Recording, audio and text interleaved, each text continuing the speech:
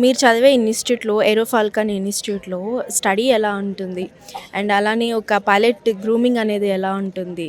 వాళ్ళు చెప్పే ఎక్స్‌ప్లనేషన్ గానీ, ఫ్యాకల్టీ స్టాఫ్ కానీ ఎలా ఉంటారు? సో, ఫస్ట్ సబ్జెక్ట్ పరంగా వస్తే మాత్రం మనకి బెస్ట్ ట్రైనింగ్ దొరుకుతుంది. ఆల్ ఓవర్ తెలంగాణ అయితే చెప్పగలను.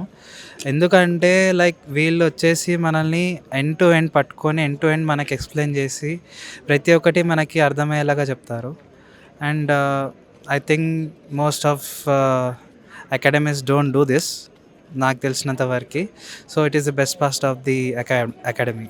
యాహ్! సో, ఫర్దర్‌గా ఫ్యూచర్‌లో వచ్చే ట్రైనీ పైలట్స్‌కి మీరిచ్చే మెసేజ్ ఏంటి?